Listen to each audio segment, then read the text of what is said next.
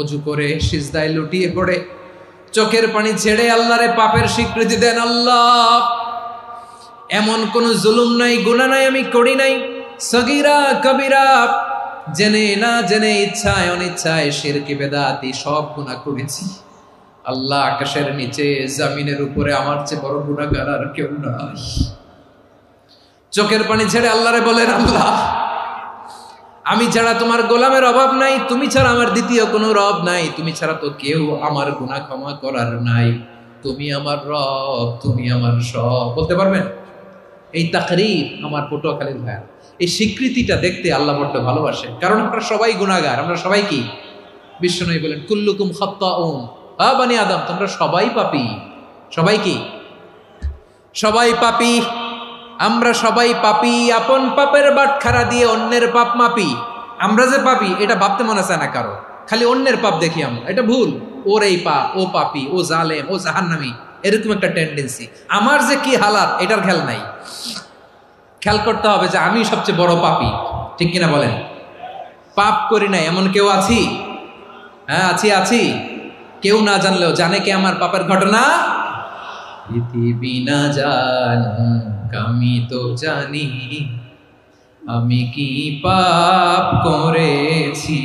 হায় ও আমার কলিজার টুকরা ভাইয়েরা, মাথাটাকে নিচু করে জীবনের সব গুনার ফিরিস্তিগুলো একটা একটা করে স্বীকার করে আল্লাহরে বলেন, আল্লাহ, আমি পাপী। আল্লাহ, আমার চেয়ে বড় পাপী এই দুনিয়াতে কেউ নাই। আকাশের নিচে জমিনের উপরে আমার চেয়ে বড় পাপী কেউ নাই। একটা একটা করে আল্লাহ স্বীকার করি আমি পাপী। সব পাপের স্বীকৃতি দিলাম। পৃথিবী না জানুক আমি তো জানি, আমি কি পাপ করেছি। হায় আমার পাপের করলে বিচার, বাঁচার আমার নাই উপায়। দয়াময় তুমি মাফ করো আমায়, মাফ করো আমায়। আল্লাহ তাআলা যদি দয়া করে আমাদেরকে মাফ না করে, আমাদের বাঁচার কোনো উপায় নাই। আপনি কি ভেবেছেন আপনার নামাজ দিয়ে আপনি জান্নাতে যাবেন? আপনি তাহাজ্জুদ গুজার, সেজদা দিতে দিতে কপালে দাগ ফেলেছেন, এটা আপনারা জান্নাতে নেবে না। আপনি এলাকার সবচেয়ে বড় হাতেম তাই দানশীল, এই দানের ভরসায় বসে আছেন, কুশ্চিন কালো না। আমাদের নামাজ, আমাদের রোজা, আমাদের ইবাদত, এগুলোকে মিজানের পাল্লায় উঠালে কোনো ওজনই হবে না। তবে আমাদের একটা কৌশল জানা আছে, আমরা আল্লাহর রহমতের ভিখারি। আমরা সেদিন আগেই গুনার স্বীকৃতি দিয়ে দেব। আমরা বলবো, আল্লাহ, তুমি প্রশ্ন করার আগে তোমার একটা কথা বলি, আমারে কিছু জিজ্ঞেস করো না, আমি সব করেছি। এমন কোন পাপ নাই যে পাপ আমারে দিয়ে হয় নাই। তোমার রহমত দিয়ে তুমি জান্নাতে পাঠাবা, তোমার দয়ায় জান্নাতে যেতে চাই, আমল দিয়ে না। পারবেন বলতে? কিয়ামতের দিন আমরা বলবো, আল্লাহ, আমার আমল দিয়ে জান্নাত চাই না, আমি তোমার দয়া দিয়ে জান্নাত চাই। তোমার দয়া ছাড়া আমার কোনো উপায় নাই। কারণ আল্লাহ যদি বিচার করে, বাঁচার কারো উপায় নাই। আল্লাহ যদি বলে ফেলেন তুই এটা করলি কেন, ওখানে গেলি কেন, কোরআনে 1000 বার নিষেধ করলাম তারপরেও এই পাপে জড়ালি কেন, এরকম প্রশ্ন ছুড়ে দিলে আমার উত্তর আছে? বাঁচার কোনো উপায় আছে? রোজ হাসরে হে আল্লাহ আমার করুণা বিচার, আল্লাহ করুণা বিচার। বিচার চাহি না তব দয়া চাহি, এ গুনাহগার, করুণা বিচার। আপনার আমল দিয়ে জান্নাতে যাবেন? কি দিয়ে যাবেন? আল্লাহর দয়া দিয়ে। আল্লাহর রহম আর দয়া ছাড়া কেউ জান্নাতের চেহারাও দেখতে পাবে না। চাইবো একজন সত্তার কাছে, আওয়াজ করে বলুন তিনি কে? একজন সত্তার কাছে চাইবে, বিশ্বনবী ওনার চাচাতো ভাই আব্দুল্লাহ ইবনে আব্বাস রাদিয়াল্লাহু তাআলা আনহুকে বললেন, ইয়া আব্দুল্লাহ ইবনে আব্বাস, হে আব্দুল্লাহ ইবনে আব্বাস, ইদা সাআলতা ফাসআলিল্লাহ, যখন চাইবে আল্লাহর কাছে যাও। ও আব্দুল্লাহ, যখন চাইবা আল্লাহর কাছে চাও। ওয়া ইদা ইসতাআনতা ফাসতাইন বিল্লাহ, যখন সাহায্য চাইবা আল্লাহর কাছে ফরিয়াদ করো। জেনে রেখো ও আব্দুল্লাহ, ওয়া'লাম আন্নাল উম্মাতা লাউ ইজতামাআত আলা আন ইয়ানফাউকা বিশাইইন লাম ইয়ানফাউকা ইল্লা বিশাইইন ক্বাদ কাতাবাহু আল্লাহু লাক। ও আব্দুল্লাহ, জেনে রেখো, মনে রেখো, গোটা বিশ্বের সবাই মিলে যদি তোমার উপকার করতে চায় ততটুকুই তারা করতে পারবে যতটুকু আল্লাহ তোমার নসিবে সেটা লিখে রেখেছে। ঠিক কিনা বলেন? আর যদি গোটা বিশ্বের সবাই মিলে তোমার বিরুদ্ধে কনস্পাইরেসি করে, ষড়যন্ত্র করে, গোটা বিশ্বের সবাই মিলেও যদি তোমার ক্ষতি করতে চায় ততটুকুই শুধু পারবে যেটা আল্লাহ তোমার জন্য বরাদ্দ রেখেছে। যতটুকু আল্লাহ তাআলা তোমার জন্য বরাদ্দ রেখেছে অতটুকুই ক্ষতি করতে পারবে, আর এক চুল বেশিও করতে পারবে না, কমও করতে পারবে না। চিল্লায় বলেন ঠিক কিনা? এজন্য আমরা চাইবো কার কাছে? সবাই বলেন নাই, আওয়াজ করে বলেন কার কাছে?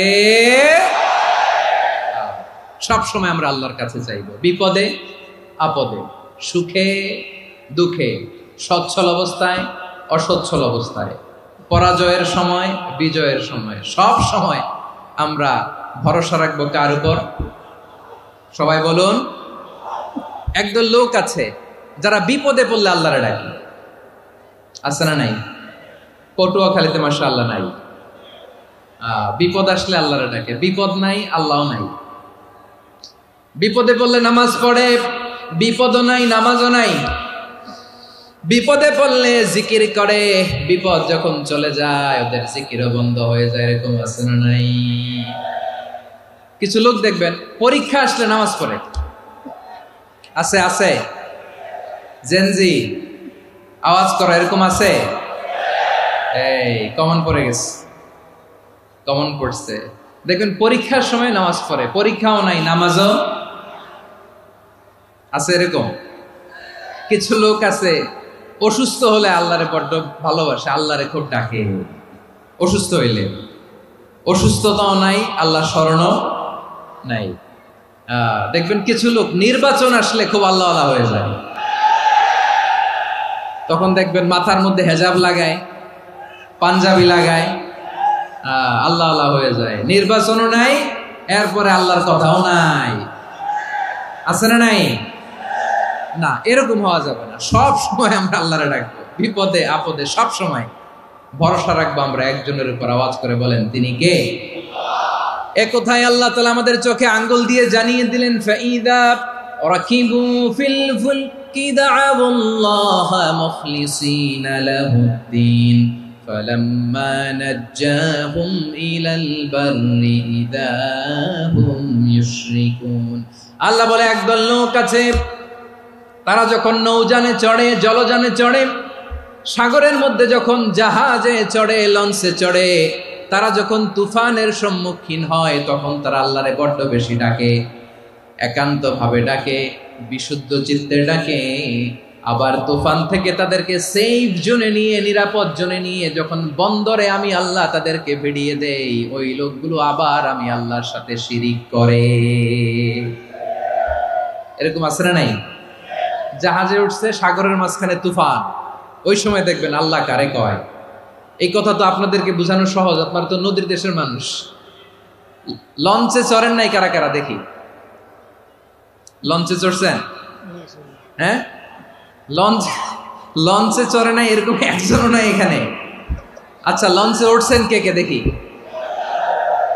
মাশাআল্লাহ মাশাআল্লাহ মাশাআল্লাহ, ঠিক আছে, আপনাদের বোঝানো সহজ। আচ্ছা, লঞ্চে উঠে তুফানের সম্মুখীন হয়েছেন, জলোচ্ছ্বাস, সবাই? মাশাআল্লাহ। তো এই ওয়াজ তো আপনাদের মুখস্থ, ঠিক কিনা বলেন? আমার বলার দরকার নাই, বলেন। মাঝ নদী, তুফান, জলোচ্ছ্বাস, জলের মধ্যে উচ্ছ্বাস, ঢেউ, টর্নেডো, সাইক্লোন, মেঘের ঘনঘটা, পরিবেশ ঘুটঘুটে অন্ধকার, লঞ্চ একবার এদিকে আরেকবার ওইদিকে, ভিতরে কি অবস্থা হয় বলেন তো? হ্যাঁ, তখন মুসলিমও আল্লাহরে ডাকে, হিন্দু আল্লাহরে ডাকে, ঠিক কিনা বলেন? আস্তিক আল্লাহরে ডাকে, নাস্তিক আল্লাহরে ডাকে, ঠিক কিনা?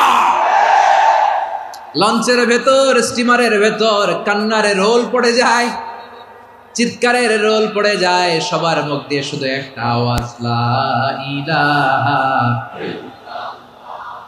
লা ইলাহা লা ইলাহা সুবহানাল্লাহ আলহামদুলিল্লাহ লা ইলাহা। আল্লাহ নামের জিকির করবে যারা, আল্লাহর কাছে প্রিয় তারা, আল্লাহর কাছে প্রিয় যারা, জান্নাতে প্রবেশ করবে তারা, জোরে লা ইলাহা লা ইলাহা ইল্লাল্লাহ লা ইলাহা ইল্লাল্লাহ মুহাম্মাদুর রাসূলুল্লাহ সাল্লাল্লাহু আলাইহি ওয়াসাল্লাম। আমার প্রিয় পটুয়াখালীবাসী, তাহলে লঞ্চের ভেতরে যখন আমরা তুফানের মধ্যে পড়ি, তখন সবাই মিলে আমরা একটা নামের জিকির করি। নামটা কার? মুসলমানেরাও ডাকে, হিন্দুরাও ডাকে, আস্তিকও ডাকে, নাস্তিকও ডাকে, সবাই ডাকে একজনকে। তিনি কে? আবার দেখবেন ওই আল্লাহ তুফানের পরে, ঝড়ের পরে ওই লঞ্চটাকে যখন সদর ঘাটে ফিরিয়ে দেয়, আবার আমরা নাফরমানি শুরু করে দেই। সে কোথায়? আল্লাহ বললেন, ফাইদা রাকিবু ফিল ফুলকি দা'আউল্লাহা মুখলিসিনা লাহুদ্দিন ফালাম্মা নাজ্জাহুম ইলাল বাররি ইযা হুম ইউশরিকুন। সাগরে যখন তুফানে পড়ে আমি আল্লাহর ডাকে, আবার আমি আল্লাহ যখন বাঁচিয়ে দেই, আবার আমি আল্লাহর সাথে শিরিক শুরু করে। আমরা কি এরকম হতে চাই নাকি? এরকম করবেন? হ্যাঁ না, আমরা তুফানে পড়লেও আল্লাহরে ডাকি, আবার বাঁচায় দেওয়ার পরেও ডাকি কারে? আল্লাহকেই ডাকি। বিমানের মধ্যে মাঝে মাঝে দেখবেন যে এয়ার টার্বুলেন্স হয়, জানেন? এয়ার টার্বুলেন্স জানেন তো? মাঝে মাঝে বিমানটা বাউন্সিং করে, বাম্পি, ভেরি বাম্পি ওয়েদার। শোনেন নাই? 40,000 ফিট উপরে যখন থাকে, তখন পাইলট মাঝে মাঝে বলে, dear passengers, ladies and gentleman, right now we are flying 40,000 feet above the ground and we are passing very air turbulence, very heavy air turbulence right now. Please fasten your seat belt. দেখবেন মাঝে মাঝে বলে যে, ভদ্র মহিলা, ভদ্র মহোদয়গণ, আমরা 40,000 ফিট উপর দিয়ে যাচ্ছি আর এয়ার টার্বুলেন্স ফেস করছি, মেহেরবানি করে আল্লাহর হস্তে সিট বেল্ট বাঁধুন। তখন বিমানটা এরকম বাউন্সিং করে, শেকিং করে। আপনারা মুখোমুখি হয়েছেন? ইদানিং এই এয়ার টার্বুলেন্স বেড়ে গিয়েছে। গত বছর আমার ইন্টারন্যাশনাল অনেকগুলো ফ্লাইট ছিল, তো আমি দেখলাম যে আগের ফ্লাইটগুলোর তুলনায় এখন এয়ার টার্বুলেন্স খুব বেশি। আমি একটু রিসার্চ করে দেখলাম, ক্লাইমেট চেঞ্জের কারণে, জলবায়ু পরিবর্তনের কারণে আকাশের বাতাসের মুভমেন্টে পরিবর্তন হয়েছে, ফলে এখন বিমান শেকিং করে বেশি, বাউন্সিং, বাম্পি ওয়েদার। তো বলেন তো, 40,000 ফিট উপরে যখন আপনি, কয় হাজার ফিট? সবাই বলুন, কয় হাজার ফিট? 40,000 ফিট উপরে যখন আপনি, তখন যখন বিমানটা এরকম বাউন্সিং করে, সবাই যখন ভমিটিং করে বিমান নষ্ট করে দেয়, বমি করে, তখন বাঁচানোর কে আছে আল্লাহ ছাড়া? কেউ আছে? ওই মুহূর্তেও সবাই মিলে একজনের ডাকে আওয়াজ করে বলেন, তিনি কে? মাঝে মাঝে কিছু সোশ্যাল মিডিয়ায় কিছু ভিডিও পাওয়া যায় যে হেভি যখন এয়ার টার্বুলেন্স হয়, 10 সেকেন্ড 15 সেকেন্ডের কিছু ভিডিও পাওয়া যায়, বিমানটা এরকম বাউন্সিং করছে, বাম্পি ওয়েদার, কাঁপছে, মানুষগুলো বমি করছে, অক্সিজেন মাস্কগুলো সব ঝুলে পড়েছে, বিমানটা শুধু কাঁপছে। তখন দেখবেন বিমানের ভেতরেও এরকম লঞ্চের মতো চিৎকার আছে না নাই? বিমানের ভেতরেও তখন চিৎকার। গত বছর হিথ্রো এয়ারপোর্ট থেকে সিঙ্গাপুর এয়ারলাইন্সের একটা ফ্লাইট, হিথ্রো টু চাঙ্গি, একটা ফ্লাইটে এমন বেশি এয়ার টার্বুলেন্সের শিকার হয়েছিল ওই এয়ারক্রাফটটা, 33 জন যাত্রী সেখানে আহত হয়েছে, একজন যাত্রী নিহত হয়েছে। কেবিন ক্রুজ, এয়ার হোস্টেস যারা আছে, একজনের নাক ফেটে, চোখ ফেটে, কপাল ফেটে, ব্লিডিং হয়ে শয়লা। প্রিয় ভাইয়েরা, 40,000 ফিট উপরে বিমানটা যখন কাঁপবে, তখন আমাদেরকে আল্লাহ ছাড়া আর কেউ বাঁচানোর আছে? এত আস্তে বললে হবে? ওই কঠিন মুহূর্তে আমার বাবা আমারে বাঁচাতে পারে, আমার বন্ধু আমারে বাঁচাতে পারে? এই গ্রাউন্ডে, জমিনের বুকে আমার প্রোটোকল, আমার ক্ষমতা, আমার দাম্ভিকতা, কোনো কিছু আমারে বাঁচাতে পারে? একজন ছাড়া, চিল্লায় বলতে হবে, তিনি কে? সে আল্লাহ বললেন, গোলাম, আমি বিপদের সময় ঠিকই তোমাদের বাঁচিয়ে দেই। ওই বিমানের ভেতরে 40,000 ফিট উপরে যখন তোমরা এয়ার টার্বুলেন্সের শিকার হও, তখন নাস্তিকও আল্লাহরে ডাকে, হিন্দু আল্লাহরে ডাকে। জোরে বলেন ঠিক কিনা? আবার বিমানটা যখন শান্ত হয়ে যায়, একটু পরেই বিমানের স্ক্রিনের মধ্যে হিন্দি সিনেমা খোঁজে। বিমানের স্ক্রিনে কিন্তু বিশাল ওখানে আফলাম ফিল্মের একেবারে বোঝাই করা। বিমানটা শান্ত হলে আবার হিন্দি সিনেমা দেখা শুরু করে। একটু আগে ডাকছিল কারে? দেখবেন বাংলাদেশে আমাদের ক্রিকেটাররা যখন অন্য কোনো দেশের সাথে খেলে, অনেক সময় এমন হয়, বল বাকি একটা, রান দরকার 6টা। বল বাকি কয়টা? পটুয়াখালী বুঝে নাই বোধহয়। বল বাকি কয়টা? রান দরকার। আপনি দেখবেন ক্যামেরাম্যান তখন গ্যালারিতে খালি দেখায় দর্শকদের যে কি অস্থিরতা। হিপ হপ স্টাইলের মেয়েটা, যে মেয়েটার ওড়না এতক্ষণ ছিল গলায়, এতক্ষণ কইছিল, ওই মেয়েটা দেখবেন ওড়নাটা টেনে মাথায় দিয়ে এরকম মুনাজাত ধরতেছে, আল্লাহ আল্লাহ, একটা ছক্কা, আল্লাহ আল্লাহ, আমার লাল সবুজের পতাকারে তুমি অপমানিত কইরো না আল্লাহ, ইন্ডিয়ার সাথে আমাদের খেলা, আল্লাহ আল্লাহ, একটা ছক্কা, একটা। পুরো খেলা জুড়ে এই মেয়ের ওড়না ছিল গলায়, কিন্তু যখন 1 বলে 6 রান দরকার, ওড়না চলে আসছে কোথায়? মাথায়। আবার মুনাজাত আছে না নাই? ঠিকই বাংলাদেশের দামাল ছেলে এমন এক শট মারলো, বল চলে গেল স্টেডিয়ামের বাইরে, ছক্কা, জিতে গেলাম আমরা। পুরো স্টেডিয়াম জুড়ে চিৎকার, হই হুল্লোড়, মৌজ মাস্তি। যেই মেয়েটা মাথার মধ্যে ওড়না দিয়ে এতক্ষণ সুবহানাল্লাহ সুবহানাল্লাহ বলে আল্লাহর কাছে দোয়া করেছে, ওই মেয়ে এখন আবার ওড়না ফেলে দিয়ে নাচা শুরু করে দিয়েছে। তাহলে আল্লাহর ভয়, আল্লাহর প্রতি আস্থা, বিশ্বাস, ভালোবাসা, এটা কি ক্ষণিকের জন্য? মানে আমার যখন লাগবে তখন আল্লাহর ইউজ করবো নাকি? হ্যাঁ, বিপদে আপদে, সুখের সময় দুঃখের সময়, সচ্ছল অসচ্ছল অবস্থায় বিশ্বাসীরা ভরসা রাখে একজনের উপর। চিৎকার করে বলো, পটুয়াখালী তিনি কে?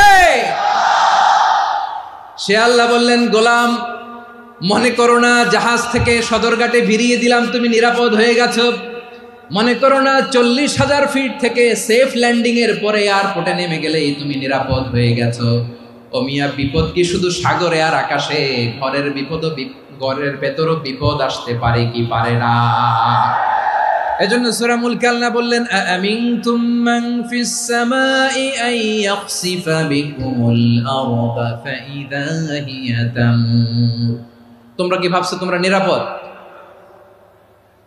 সাগরের মধ্যে তুফান, আল্লাহ আল্লাহ ডাকলাম, সদরঘাটে যেয়ে পড়ছে, বাইসে গেছেন তো আপনি। আর পাবে আপনারে আল্লাহ? আল্লাহর তো সাগরের মাঝখানে তো আল্লাহ আপনারে পাইছিল, আর তো পাবে না। আর পাবে আপনারে? আর আল্লাহ ধরতে পারবে আপনারে?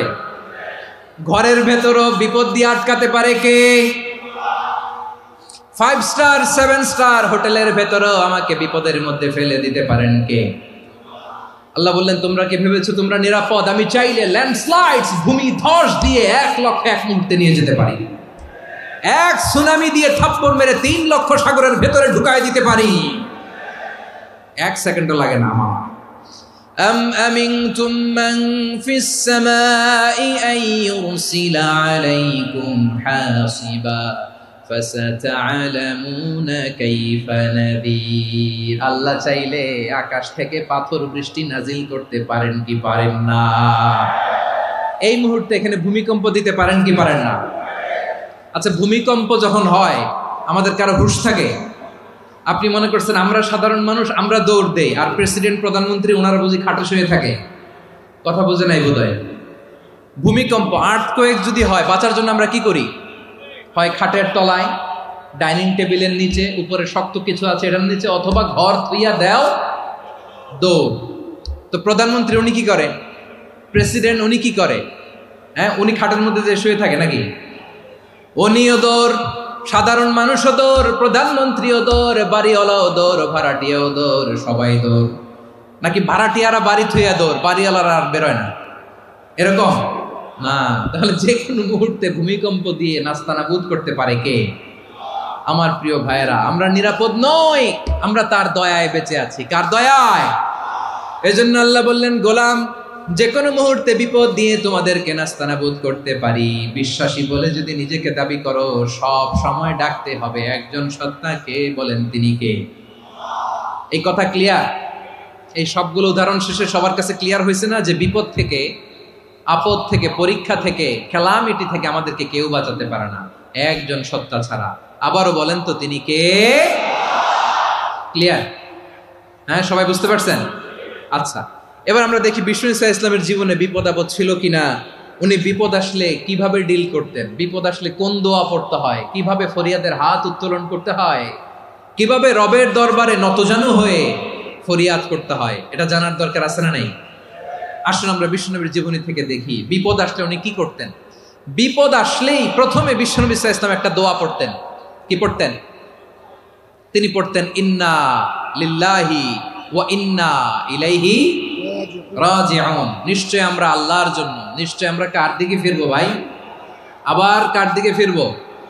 আওয়াজ করে বলুন তো, আমরা এসেছি কার কাছ থেকে, আবারও ফিরে যাব কার কাছে? এজন্য বিষ্ণুই পড়ছেন ইন্না লিল্লাহি ওয়া ইন্না ইলাইহি রাজিউন। নিশ্চয় আল্লাহর জন্য, ওই আল্লাহর দিকেই আমরা ফিরে যাব। তারপরে বিষ্ণুই পড়তেন আল্লাহুম্মা আজুরনি ফি মুসিবাতি ওয়াখলুফ লি খায়রাম মিনহা। একসাথে প্রথমে পড়তেন ইন্না লিল্লাহি ওয়া ইন্না ইলাইহি রাজিউন, তারপর পড়তেন আল্লাহুম্মা আজুরনি ফি মুসিবাতি ওয়াখলুফ লি খায়রাম মিনহা। মানে আল্লাহ, এই যে আমি বিপদে ধৈর্য ধারণ করলাম, এটার সব তুমি আমারে দাও, আর যেটা হারালাম এর চেয়ে ভালো কিছু দিয়ে মেকআপ করে দিও, ভালো কিছু দিয়ে বদল করে দিও। সুবহানাল্লাহ পড়েন। তাহলে বিপদ আসলে আমরা কি পড়ব? কথা বলেন। এই যে আমি শুয়েছিলাম, নাশিদ গাচ্ছিল ওরা, এদেশে পরস্পরে দেখা হলে দেয় সালাম, এদেশে আমজনতার হৃদয় জুড়ে পাকালাম, এদেশে বিপদ এলে সর্বজনে সর্বক্ষণে দোয়া পড়ে ইন্না লিল্লাহ। কি পড়ে? সুবহানাল্লাহ সুবহানাল্লাহ সুবহানাল্লাহ সুবহানাল্লাহ। এদেশে আজান শুনে সূর্য ওঠে শহর গ্রামে, এদেশে আজান শুনে সূর্য ডুবে সন্ধ্যা নামে, এদেশে সকল কাজে সবাই বলে বিসমিল্লাহ, এদেশে ভালো কিছু দেখে শুনে হাসি মুখে সবাই বলে মাশাআল্লাহ। সুবহানাল্লাহ পড়েন। তাহলে বিপদ এলে আমরা কি পড়ি? কথা বুঝলে সবাই উত্তর দিতে হবে, বিপদ এলে কি পড়ি? তাহলে বিপদ এলেই আমরা এখন থেকে ইন্না লিল্লাহ পড়বো, নাকি হাই হুতাশ করবেন?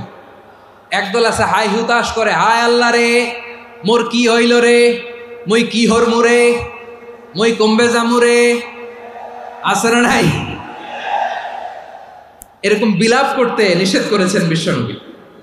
কি করব, কই যাব, কি হবে, হায় হায়, এরকম হাহুতাশ আছে না নাই? বিশ্বাসীরা হাহুতাশ করে না, তারা ইন্না লিল্লাহ পড়ে। কি পড়ে মনে থাকবে? আমরা পড়বো ইন্না লিল্লাহি ওয়া ইন্না ইলাইহি রাজিউন। নিশ্চয়ই আমরা আল্লাহর জন্য, আমরা আল্লাহর দিকেই ফিরে যাব। এরপর পড়বো আল্লাহুম্মা আজুরনি ফি মুসিবাতি ওয়াখলুফ লি খায়রাম মিনহা। আল্লাহ, আমি যে বিপদে ধৈর্য ধারণ করলাম এটার সওয়াব দিও, আর যা হারালাম তার চেয়ে ভালো কিছু দিয়ে বদল করে দিও। সুবহানাল্লাহ পড়েন। বিশ্বনবীর হাদিস শুনলেন উম্মে সালামা রাদিয়াল্লাহু তাআলা আনহা। ওনার স্বামী হলো আবু সালামা। মজার ঘটনা খেয়াল করে শুনেন আমার প্রিয় কলিজার টুকরা ভাইয়েরা। কানগুলো খরগোশের কানের মতো খাড়া করে আমার দিকে তাকান। সাইয়্যিদাতুনা উম্মে সালামা রাদিয়াল্লাহু তাআলা আনহা, ওনার স্বামীর নাম আবু সালামা।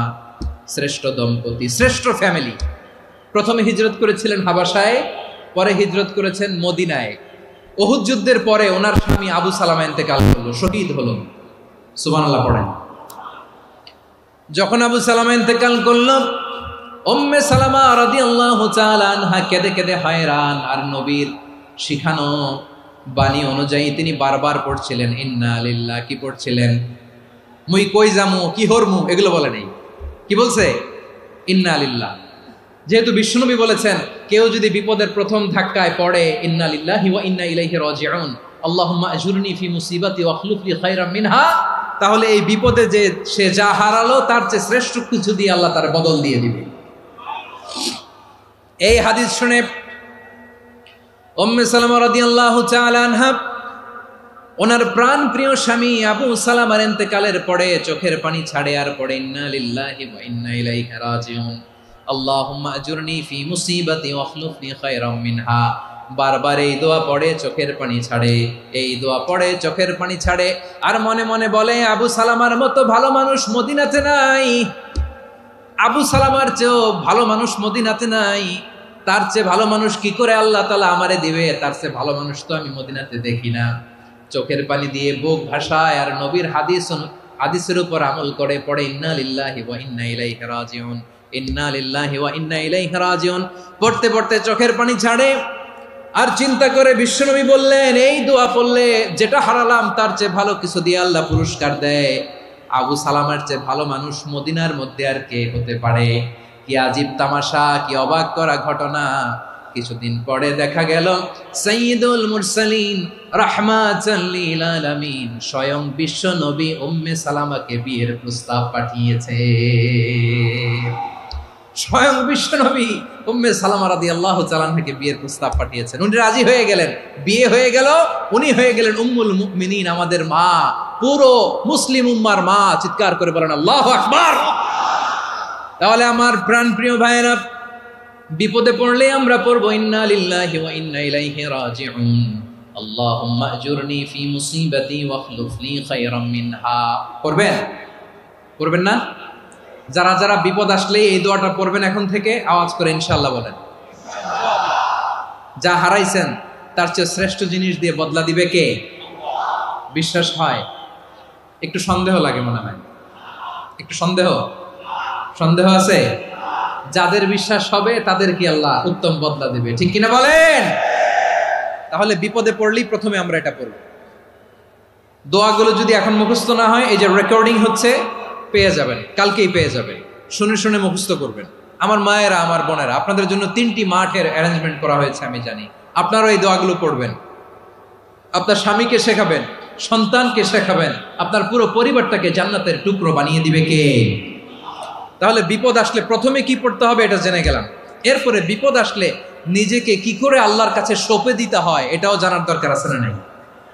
বিপদে প্রথমে ইন্না লিল্লাহ পড়লাম, ধৈর্য ধারণ করলাম, বিপদ থেকে উদ্ধারের সর্বোচ্চ চেষ্টা করলাম।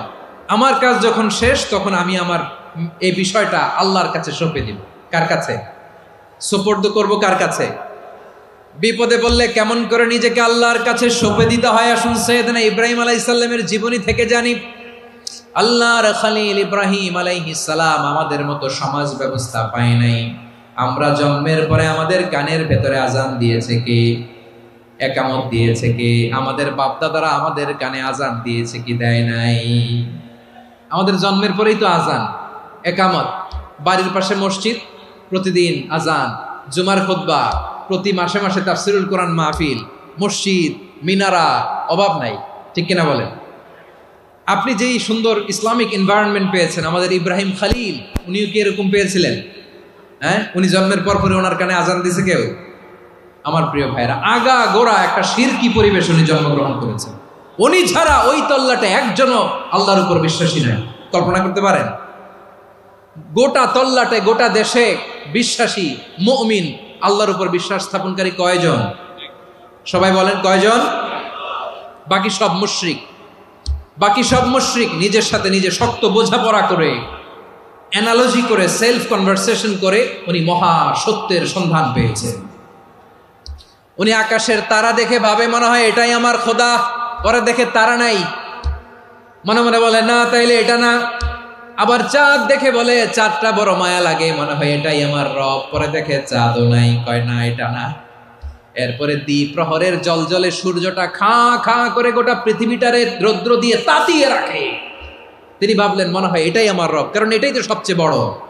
কিন্তু বিকেল বেলা ওই সূর্যটাও যখন চলে যায়, সাইয়েদনা ইব্রাহিম বলে না এটাও তো নাই, আমার খোদা যদি আমারে ছেড়ে চলে যায়, বিপদে পড়লে আমারে উদ্ধার করবে কে? এভাবে নিজের সাথে অ্যানালজি, সেলফ কনভারসেশন করতে করতে করতে তিনি মহা সত্যের সন্ধান পেয়েছেন। সুবহানাল্লাহ পড়েন। সব শেষে তিনি ডিসিশন নিয়ে ঘোষণা দিলেন, ইন্নী ওয়াজ্জাহতু ওয়াজহিয়া লিল্লাযী ফাতারাস সামাওয়াতি ওয়াল আরদা হানিফান ওয়া মা আনা মিনাল মুশরিকিন। নিশ্চয় আমি এমন সত্তার দিকে মনোনিবেশ করলাম, মুখাপেক্ষী হলাম, যিনি আকাশ বানিয়েছেন, জমিন বানিয়েছেন, আমি মুশরিক নই। সুবহানাল্লাহ। পারতেন, আপনি পারতেন? কেউ নাই, লক্ষ লক্ষ মুশরিক, আপনি একা।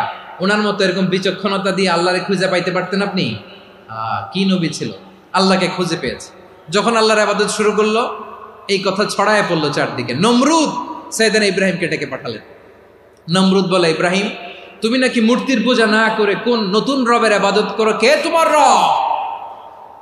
সাইয়েদনা ইব্রাহিম বললেন, রব্বি আল্লাযী ইউহয়ী ওয়া ইউমীত, আমি এমন রবের ইবাদত করি যিনি জীবন দেন, যিনি মৃত্যু দেন। নমরুদ বলে, তাই নাকি? তোমার রব জীবন দেয়, মৃত্যু দেয়, আর এটা তো আমি দেই, আমিও তো জীবন দেই, আমিও তো মৃত্যু দেই। সাইয়েদনা ইব্রাহিম বললেন, কেমন করে তুমি জীবন দাও, মৃত্যু দাও, একটু দেখাও তো। নমরুদ জেলখানা থেকে দুজন কয়েদিকে ডেকে আনলো, কয়েদি এনে অর্ডার করলো, একটাকে এখনই শিরোচ্ছেদ, হেড অফ, ডেথ পেনাল্টি, মৃত্যুদণ্ড দেয়া হলো, ফিনকি দিয়ে রক্ত বেরোলো। নমরুদ বলে, দেখো দুজনকে ধরে আনলাম, একজন কয়েদিকে দিলাম ডেথ পেনাল্টি, মৃত্যুদণ্ড, ওরে মৃত্যু দিলাম।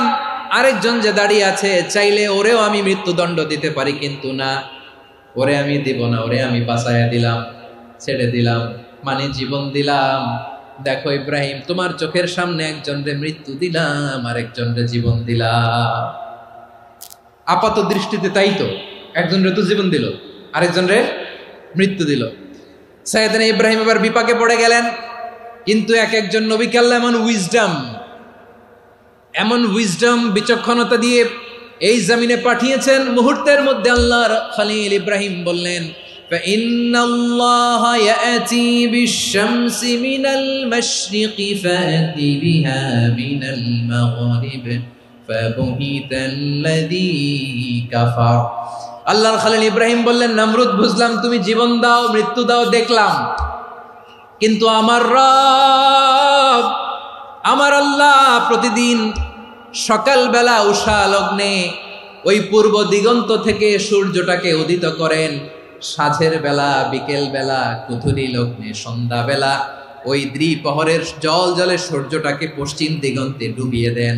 মানে সকালবেলা পূর্ব দিক থেকে উদিত করা সূর্যটাকে পশ্চিম দিকে বিকেলে তিনি ডুবিয়ে দেন। তুমি যদি পারো ওই সূর্যটাকে পশ্চিম দিক থেকে উদিত করে পূর্ব দিকে ডুবিয়ে দাও। সুবহানাল্লাহ পড়বেন না? দেখেন, ইনস্ট্যান্ট ইন্টেলেক্ট, মুহূর্তে বিচক্ষণতা, উইজডম কাকে বলে? নমরুদ পারবে? নমরুদের বাপ পারবে? ওর দাদা, ওর 14 গোষ্ঠী, গোটা বিশ্বের সব ক্ষমতাধর রাষ্ট্রনায়করা একসাথে হলে পারবে? ফাবুহিতাল্লাযী কাফার পারে নাই, ব্যর্থ হয়েছে। এবার তেলে বেগুনে জ্বলে উঠেছে, রেগে মেগে আগুন বলে, ফালকুহু ফিল জাহিম, ওর সাথে তর্ক নাই, না পেরে এবার এটারে আগুনে ফেলা। বিশাল বিশাল গাছ কেটে লাকড়ি এনে আগুনের কুণ্ডলি বানানো হলো, দাও দাও দাও দাও করে আগুন জ্বলে। আল্লাহর খলিল ইব্রাহিমকে আগুনে নিক্ষেপ করা হবে। আল্লাহর খলিল সাইয়েদনা ইব্রাহিমের হাতের মধ্যে রশি দিয়ে টাইট করে বাঁধা হলো, পায়ের মধ্যেও টাইট করে রশি দিয়ে বাঁধা হলো। আল্লাহর খলিল ইব্রাহিমকে আগুনের কুণ্ডলির মধ্যে ফেলা হবে। অমিয়া, আপনি যে বিপদের কারণে ভয় পান, হতাশ হন, এটা কোনো বিপদ ওনার বিপদের সামনে? পটুয়াখালী আওয়াজ করে বলুন, সাইয়েদনা খলিল ইব্রাহিমের বিপদের সামনে আমাদের বিপদগুলো কোনো বিপদ? এটা কোনো বিপদই না, এটা কোনো বিপদই না। হাত পা বেঁধে টাইট করে নিক্ষেপ করা হবে। সিম্পলি ফেলা যাবে না, কারণ দাও দাও করে দ্য ব্লেজিং ফায়ার, এমন আগুনের কুণ্ডুলি কাছে যাওয়া যায় না, আগুনের উত্তাপে নিক্ষেপ করা হবে। হাতে রশি বেঁধে পায়ে রশি বেঁধে আল্লাহর খলিল ইব্রাহিম আলাইহিস সালামকে আগুনের মধ্যে নিক্ষেপ করা হবে। আহা, এটার বলে অগ্নি পরীক্ষা। উনি অগ্নি পরীক্ষার সম্মুখীন হয়েছেন। এজন্য কঠিন পরীক্ষাকে আমরা অগ্নি পরীক্ষার সাথে তুলনা করি, ঠিক কিনা? সাইয়েদনা জিবরাইল এসে বললেন, ও আল্লাহর খলিল, ওরা তো আপনার হাতও বেঁধে ফেললো, পাও বেঁধে ফেললো, নড়াচড়ার সুযোগ নাই, বলেন আমি জিবরিল ফেরেশতা আপনার জন্য কি করতে পারি? আল্লাহর খলিল ইব্রাহিম বলেন, ও জিবরাইল, তোমার কাছে আমার কোনো চাওয়া পাওয়া নাই। সুবহানাল্লাহ বলেন। তোমার কাছে বলার কিছু নাই, তোমার সাহায্যের আমার দরকার নাই। সাইয়েদনা ইব্রাহিম আলাইহিস সালামকে হাতে পায়ে রশি বেঁধে হাত পা বাঁধা অবস্থায় জ্বলন্ত অগ্নিকুণ্ডে যখন নমরুদের দলবল নিক্ষেপ করবে, আল্লাহর খলিল কিভাবে নিজেকে আল্লাহর কাছে সঁপে দিয়েছেন পটুয়াখালীর ভাইরা খেয়াল করে শুনুন। হাত পা বেঁধে আল্লাহর খলিলকে যখন নিক্ষেপ করা হবে, তিনি মুখ ফুটে বলে ফেললেন, হাসবুনাল্লাহু ওয়া নি'মাল ওয়াকিল। হাসবুনাল্লাহু ওয়া নি'মাল ওয়াকিল, আমার জন্য আল্লাহই যথেষ্ট, আমার জন্য আল্লাহই যথেষ্ট। তিনি আমার সবচেয়ে বড় গার্ডিয়ান, তিনি আমার সবচেয়ে বড় অভিভাবক। জিব্রাইলের সাহায্যে অফারকে ফিরিয়ে দিলেন, দুনিয়ার বুকে কারো কাছে কিছু বলেন নাই, মুখ ফুটে বলেছেন হাসবুনাল্লাহ। ও আমার পটুয়াখালীর প্রাণের ভাইয়েরা খেয়াল রাখবেন, কোনো বান্দা তার হাতে থাকা সব চেষ্টাটুকুন করার পরে মুখ ফসকে মুখ দিয়ে যখন বলে ফেলে হাসবুনাল্লাহ, বান্দা যখন হাসবুনাল্লাহ বলে ফেলে, ওই ব্যাপারটা ডিল করার দায়িত্ব স্বয়ং আল্লাহ আরশের উপর থেকে নিয়ে নেয়। আপনি যখন বলে ফেলবেন হাসবুনাল্লাহ, এটা ডিলিং করবে কে তখন? চিল্লায় বলেন না, তিনি কে? বান্দা তার সাধ্যের সবটুকু চেষ্টার পরে নতজানু হয়ে যখন বলবে হাসবুনাল্লাহ, আল্লাহ তুমি আমার জন্য যথেষ্ট, নি'মাল ওয়াকিল, তুমি আমার শ্রেষ্ঠ অভিভাবক, তখন তার কি দরকার না দরকার এটা ডিল করে স্বয়ং আল্লাহ। নিক্ষেপ করা হলো সাইয়েদনা ইব্রাহিমকে অগ্নিকুণ্ডলিতে। হাজার হাজার মানুষের দৃশ্য দেখার জন্য জড়ো হয়েছে এরকম বিশাল ময়দানে। কিন্তু কি অবাক করা ঘটনা, সবাই ভয় পাচ্ছিল, না জানে কি হয়ে যায়। আল্লাহর খলিলকে যখন আগুনের কুণ্ডলিতে নিক্ষেপ করা হয়, আল্লাহর খলিল ইব্রাহিম আগুনের কুণ্ডুলের মধ্যে বসে বসে মানুষগুলোর দিকে তাকিয়ে হাসতে শুরু করে দেয়।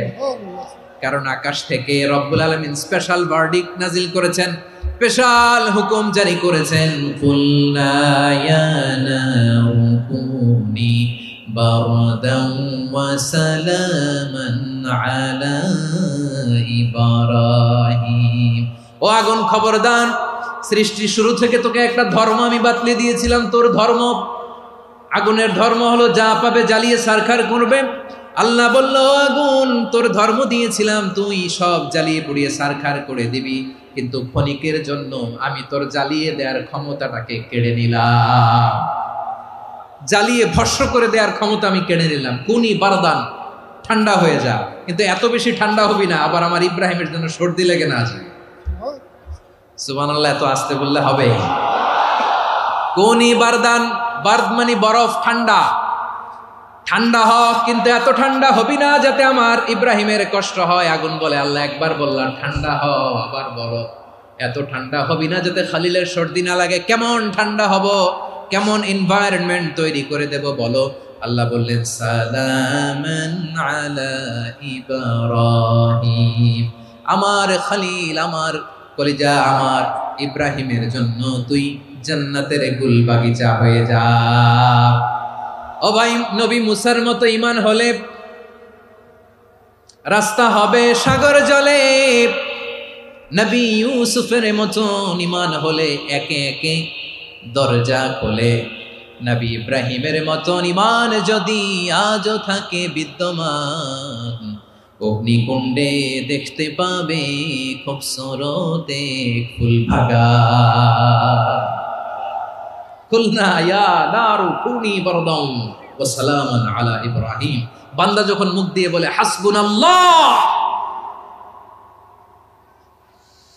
আমার আল্লাহ আমার জন্য যথেষ্ট, এই বলে যখন নিজেকে সঁপে দেয়, তার কি লাগবে ওই দায়িত্ব স্বয়ং নিয়ে নেয় কে? সবাই বলেন স্বয়ং নিয়ে নেয় কে? তাহলে আমার প্রিয় ভাইরা, বিপদের শুরুতেই আমরা বলবো ইন্না লিল্লাহ। শুরুতে কি বলবো? এরপরে যেই বাক্যটা পড়ে নিজের পরিস্থিতিকে আল্লাহর দরবারে সঁপে দিব, সেটা হচ্ছে হাসবুনাল্লাহ।